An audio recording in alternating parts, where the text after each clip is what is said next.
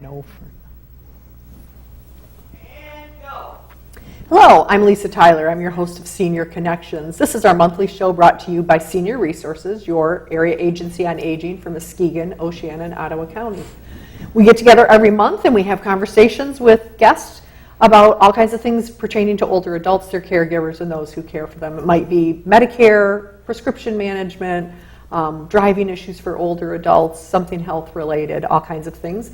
And this month I'm really excited to have with me for the first time Andrea Nofsinger. She is a social worker with Harbor Palliative Care, and she works with the Chartered Healthcare Planning Coalition, which is how I know her from my work co-chairing that. And I think we've talked about that work a little bit more, but today we're going to talk more about advanced care planning and some palliative care conversations. So welcome, Andrea. Thank you. Happy to have you. Yeah, thank you for having me. So we'll talk a little bit more about Advance Directives, but I always like to give our viewers a little idea of who you are. So tell us about Andrea. Yeah, so I came to Harbor Palliative Care and the Chartered Healthcare Planning Coalition in October of 2018. So I'm coming up on a year there. Wonderful. And they brought me on board because our team is growing, but also because of a lot of what I was doing in my past field relates to palliative care. So I come to palliative care from the nursing home world. So I spent about 15 years in the nursing home as an aide, and then I did my MSW internship in a nursing home and as a social worker. So lots of experience there. So what got you interested in work? I mean, a nursing home isn't something that lots of young people think of going into. So what got you interested in working with older adults in general? Their history and the richness that they bring. If you are able to sit down with somebody who's 65 and older and have a conversation about their life, it's pretty amazing. And that just got me interested in wanting to help them emotionally cope and socially cope and help them in any way I could. Did anything in college help prepare you or open up those ideas for you? Because I'm just always intrigued by, you hear people, well, I want to work with kids or I want to work with this, and you don't hear as much about people thinking about it. Sometimes I hear people say, well, because I had this experience with my grandparents or something like that, but I'm always just interested in how colleges and universities are exposing their students to that. Yeah, I would say it wasn't so much my undergrad. I went to a pretty liberal arts school, so I got exposure to a lot of things, but after I graduated, I got my CNA license when I graduated from undergrad, and that brought me to the nursing home world. That's where you use your CNA a lot of the times. But I knew I didn't want to be a CNA forever. CNA is a certified nurse assistant. Yes, right? Yes. And I knew I didn't want to do that forever, but I loved being in a nursing home, which is not something you hear often either, right? And I knew I had other things that I could do. I had other skills that I could bring to that field. So I just started looking into programs and what field that would bring me to. I didn't know that it was going to be social work specifically. So it was just a lot of research on my own, and it just all kind of came together for me. That's great. Because some people do go into social work and then kind of fall into this somehow, but you came to it a different, went for the older adults and then figured out how to do that. That's wonderful. And because I already had the skill in the nursing home, it just flowed nicely. Yeah, it flowed really nicely, to stay in that population. Well, super. We'll talk a little bit more about your experiences. So it's May, which is Older Americans Month, which is always a really fun time for us in the, at least the area agencies on aging. We think it's really important. We think every day is Older Americans Day, obviously, but in this month, we like to recognize that. But we're going to talk, even though that's what this month is, we're going to talk a little bit about April. And April, from our perspective, is something called National Healthcare Decisions Day, which was April 16th this year. And the purpose is to help people across the United States understand the value of advanced healthcare planning.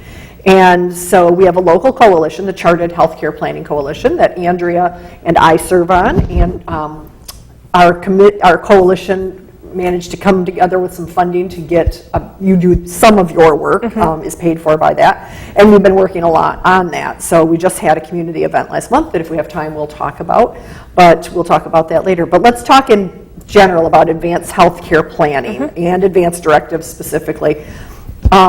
It's not something that's just for older adults. That we're talking older adult issues here, but it's something that you and I at our ages, both you're a little younger than me, much younger. But we don't always give a lot of thought to that until we're in a situation, and frequently an emergency or some dire situation where mom or dad or grandma or grandpa is in the hospital, and now we have to make decisions. So there are studies that say that only 18 to 36% of people have an advance directive, and a lot of times, unfortunately, doctors aren't aware that their patients have advance directives. And an advance directive, just to be clear, it's a legal document that tells healthcare providers who you wish to help you make decisions, an advocate, and what treatments you'd want or don't want, and basically kind of how you want to be treated in a hospital if you can't tell them yourself. So it's getting other people lined up or making sure that there's documents. That's a pretty safe way to say it. So some questions people might have. There's lots of them. Let's start with the basics. Who needs an advance directive, Andrea? Everybody 18 and older. The more people that has it, the better. People often think that once your next of kin can speak for you, and when we're 18, our parents are still doing a lot for us. I know my parents still did when I was 18, but legally you're your own person, so you should have the legal documents to support that. So if something did happen, your family can look on that document. But everybody 18 and older should have an advance directive. Absolutely, and it's one of these things. I've got a 20-year-old who's is going to college. And I can't access his grades. I can access a limited amount on things. And the same thing, I see in Facebook groups, people having conversations about, you really should almost have these kind of things when your kids go off to college too, right? Because they're not going to necessarily tell you anything. Doesn't matter, I gave birth to this child, they're an adult, and if you're not, you might need a power of attorney or make sure that you're their advocate legally so that they can do that. So it really is something that's for everybody 18 and over. Yep. So why does somebody need that advance directive? Because if you were to develop a sudden illness, or you have a chronic illness and you're hospitalized and you're not able to speak for yourself, that advance directive has your healthcare goals listed on there. And your healthcare goals and preferences are put into writing, and your healthcare team can reference that. Exactly. So why do they need to do it in writing, though? Couldn't you and I have a conversation about it? Yeah, we should have a conversation about it. Yeah, so that's kind of where everything starts, is where we have a conversation. So you have a conversation with your family, with your medical team, and that's your building block. And then you put it into writing.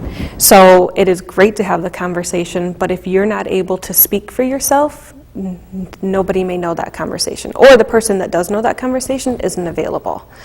And legally, the medical team, in crisis, is not going to hunt around for the person who may have had that conversation with you. So putting it in writing is a safe way to have your wishes followed. So whether it's in writing or a conversation, both are important. We'll talk about that. What are some key points that people should be making sure that they cover in that? Yeah, so you should, in an advance directive, in the conversation piece, you should cover your wishes for artificial ventilation, so breathing machine, whether or not you want artificial nutrition or hydration, so like tube feeding, CPR, or do not resuscitate. So in certain circumstances, what do you want for those things?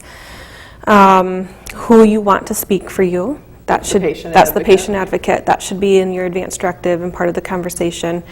I think those are some key things. There's some other things. But so if I didn't have that in writing, and I'd had a conversation, and I've been in an accident or something, and now I can't speak for myself, and if my husband knew what I wanted, but there's nothing in writing, are the doctors going to listen to that, or are they kind of obligated? What if I had said I didn't want any extreme measures, I didn't want to be resuscitated if I was brain dead, and he tells them that, is that enough, or are they still going to have to do everything they can to? They may do everything that they can, especially if there's like an out-of-town family, or if all of your children are of age and they say if there's any discrepancy, disagreements. Yes. Doctors are obligated then to provide full measures because not everybody's on board really.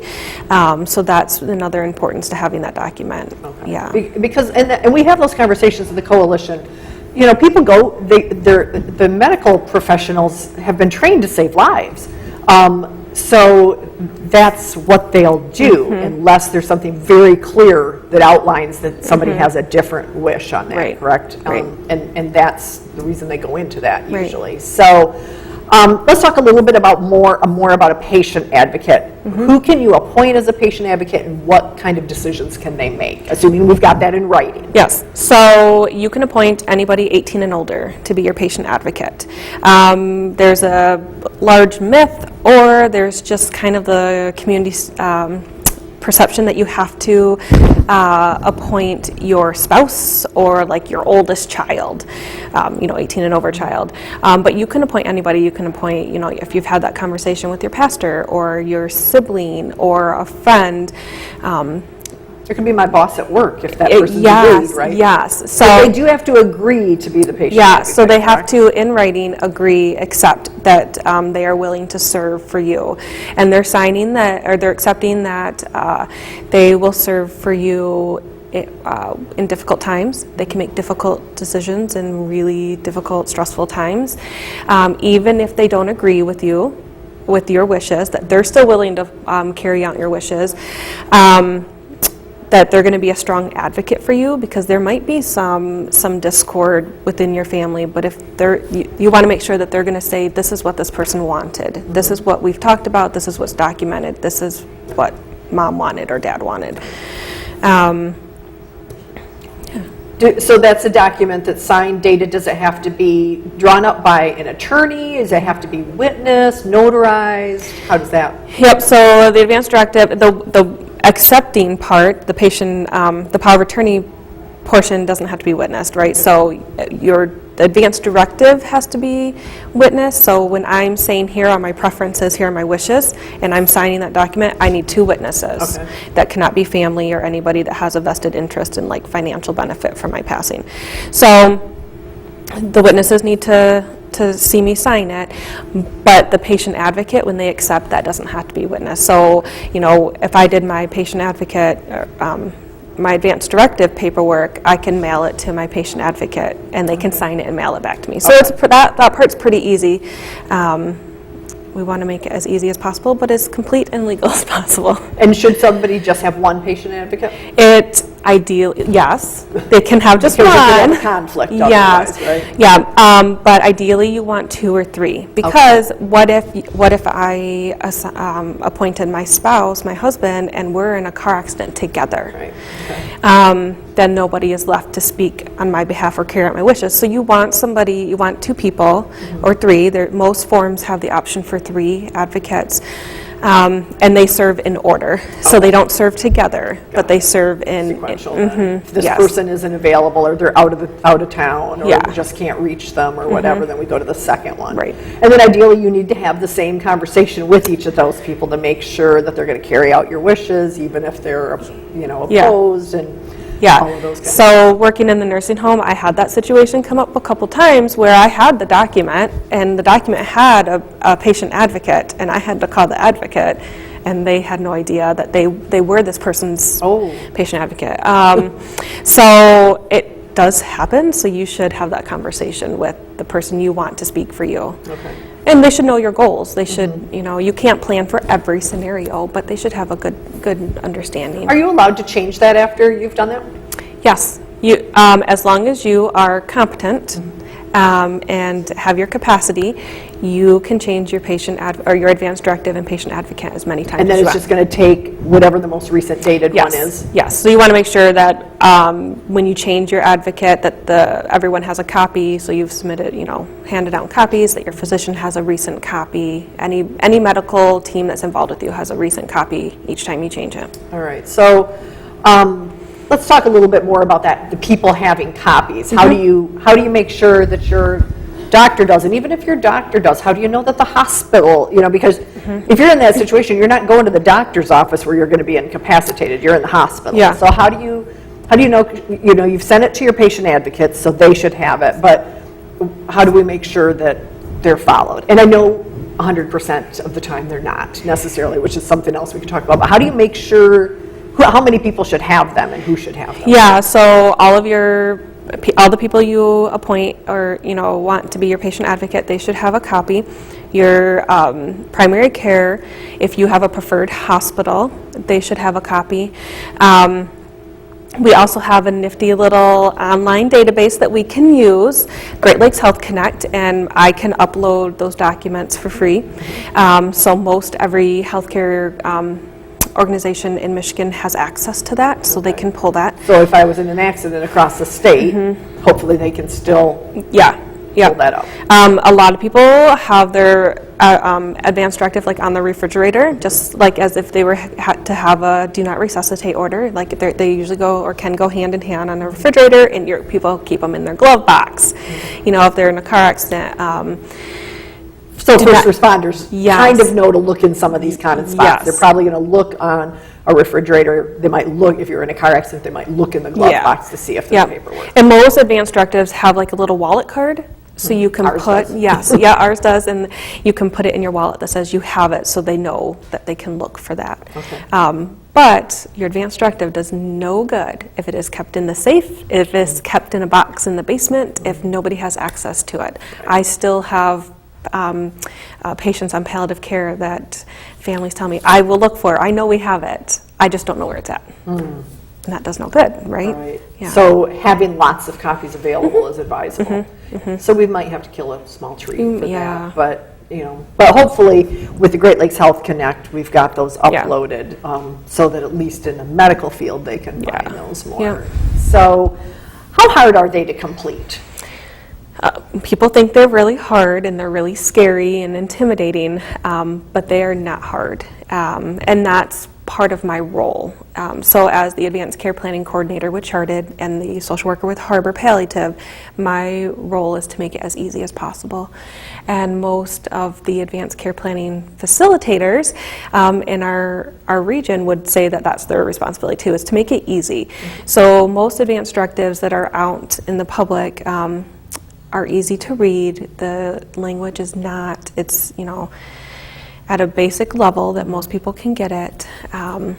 This isn't lawyer speak. No, I mean, I've seen the advanced directives drawn up by lawyers, and it is really hard to read and decipher, and if you're in a crisis, we can't spend time reading, going through all that, right? You can still use your lawyer, that's fine, but we can make it really easy for you.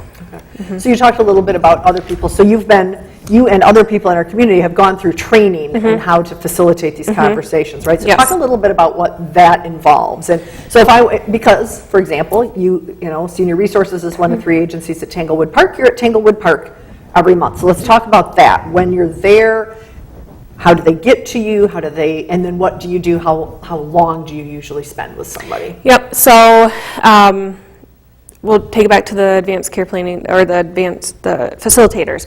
So I'm facilitator. Most every social worker at Harbor Hospice is a facilitator, so they can have those conversations. And then there's a couple of facilitators in the community. So we've all gone through Respecting Choices program. Most of us have gone through the first and second steps, and there's 3 and that's steps. A national program, right? I believe so. Yeah. So we've got some good training. So we're not just making it up as we go. We have a system and a forum and an organized way to have that conversation.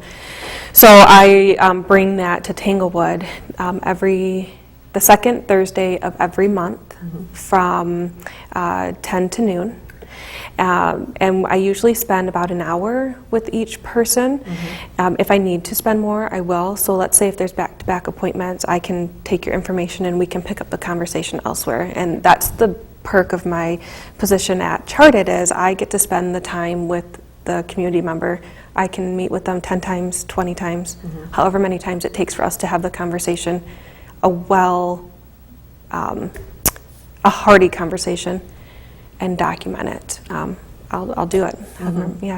So we've got forms on the chartedmuskegon.org website that they can look for, and it's a form that we used to have one that we've probably talked about over the years called 5 Wishes, which is still a viable form, but we switched to one that came from Making Choices Michigan that was out of the Kent County area so that we could be regionally aligned, right? So it might look intimidating because there's a few different parts, including that little wallet card, but there's one that's about just the patient advocate, and a lot of it's instructions, or it's giving a lot of examples, right? Of when you're thinking about your wishes, you think of, well, do not resuscitate. People hear about the DNR form a lot, but there's, the feeding and the hydration, and what situations might you want to not, or it might be, you'll say, well, if there's not enough brain activity, well, there's all kinds of different levels of all that, right? So that's where a lot of this conversation is so important with people. Just filling out that form is super important, but you also need to share that and have the conversations about, and that's what you're helping them figure out, what is the quality of life that they want, is what it's really about. Right?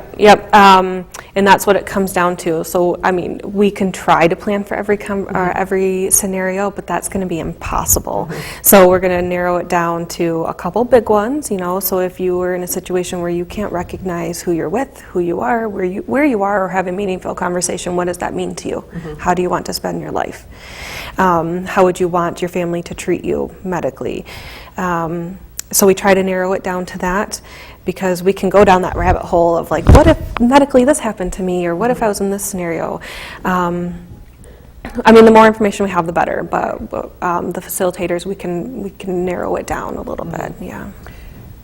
Sometimes people even want to have conversations down to really minute levels about whether they want music in the room and those kind of things. And can that be part of it as well? Yeah, so on our on Charted's Advance Directive form, there's actually a spot to write in those specific things. So when people are stumped when we're having that conversation, I say, well, it's things like music and flowers and family. Some people put a limit into how many family members they want around them when they're actively passing, just because sometimes that's not a calm space.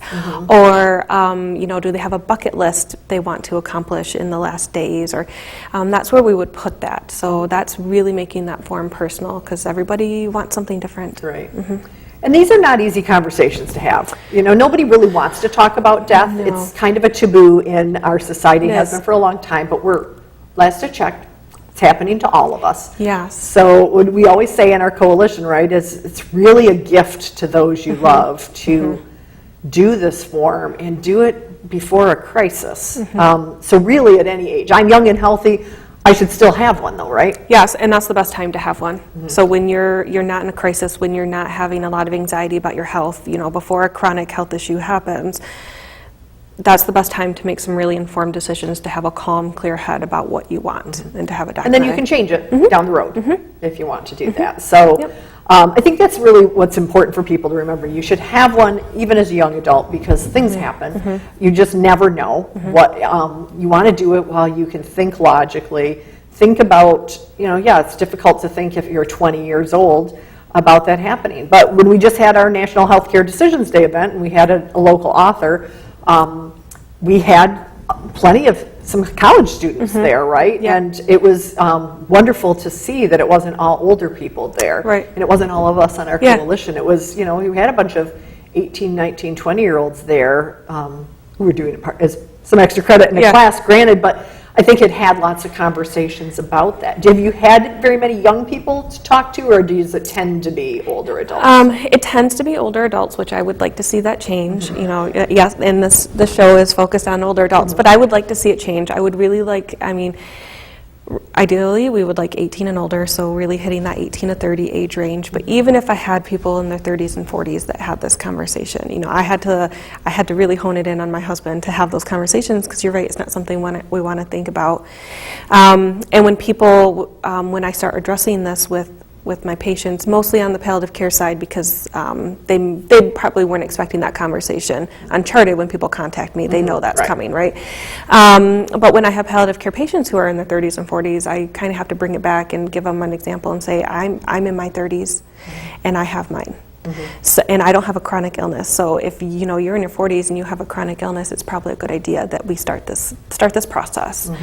So I like to do that. Like, let's bring it to real life. Let's give a real life example. I have one, and I'm in my 30s. So yeah. Do you have any good stories of anybody that has come to you seeking things and just feels any relief or anything after that happens? Yeah, I had a married couple that came into my charted appointments at Tanglewood, and they were the husband was, she drug him into the appointment, and she said, we have to get this done, and I have a pretty fun, lighthearted personality, so I'm able to help those hard conversations and hard questions, help people feel at ease with them. And so by the end, we were laughing and cracking jokes, and I had to go back for another session with them because there was 2 of them, so it took a little bit longer. And they just kept saying, I'm so happy, this was so easy, I'm so happy. I had to go back to their house and they were trying to feed me food, and I had to respectfully decline, and he was trying to pay me, and I said, no, I can't, I'm doing this for free. But he was just so appreciative, and they didn't realize how easy it was. And I took a copy, and I made copies for their family, I uploaded it, I brought a copy to their primary care physician for them. Wonderful. Just trying to make it as easy as possible, and that's what we want to do. So that's the important thing to remember. So how does somebody get a hold of you? You can go to the chartedmuskegon.org website if somebody's internet savvy that way. How does somebody get a hold of you to schedule something? Yes. Because you can do more than just those 2 hours once a month at Tanglewood, right? Yeah, so I can do this 4 days a week for 8 hours a day. So keep me busy. I want, this is what I want. I want to do this, and this is what we are offering to the community. So people can contact me at my Harbor Palliative office, and the number is 231-728-6861, and that is my direct line. So you won't get welcome to Harbor Palliative and Hospice. But they can contact me and I can schedule an appointment with them. And I'm pretty flexible. I can meet them. I'll meet them at a coffee shop, at church, anywhere. Anywhere that's convenient. Yep. So that's the big thing we want to remind people. Even though it was National Healthcare Decisions Day and the things that we celebrate last month, it's always really important to have this conversation, to put this in writing so that the people around you and love you know what your wishes are, and it's never too early to plan that. Again, I think if you think of it as a gift to the people you love, it's maybe an easier conversation to have. I know I've had it with my husband and I, and brother and sister-in-law. I had it with my in-laws last year. I had it with my mother last year.